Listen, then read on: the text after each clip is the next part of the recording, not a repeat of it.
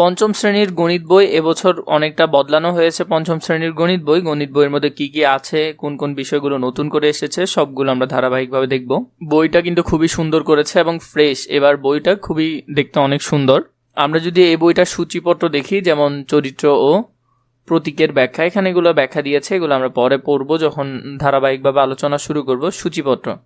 সূচিপত্রের মধ্যে আমাদেরকে প্রথম যে টপিকটি দিয়েছে গুণ ও ভাগের টপিক, দ্বিতীয় অধ্যায় দিয়েছে গাণিতিক ব্যাখ্যা, তৃতীয় অধ্যায়ের মধ্যে দিয়েছে গুণিতক ও গুণনীয়ক, চতুর্থ অধ্যায়ের মধ্যে সাধারণ ভগ্নাংশ, পঞ্চম অধ্যায়ের মধ্যে দশমিক ভগ্নাংশ, ষষ্ঠ অধ্যায়ের মধ্যে আমাদেরকে দিয়েছে শতকরা, সপ্তম অধ্যায় হলো গড়, অষ্টম অধ্যায় হলো পরিমাপ, নবম অধ্যায় হলো জ্যামিতি, দশম অধ্যায় হলো উপাত্ত বিন্যস্তকরণ। তো এখানের মধ্যে যে বিষয়টা আমরা দেখছি যে এই বইটি 171 পৃষ্ঠার বই, মোটামুটি বড় বলা যায়। প্রতিটি পৃষ্ঠা নিয়ে ধারাবাহিকভাবে আলোচনা দিব তোমাদেরকে, একেবারে প্রতিটা পৃষ্ঠা তোমরা আলোচনা পাবে।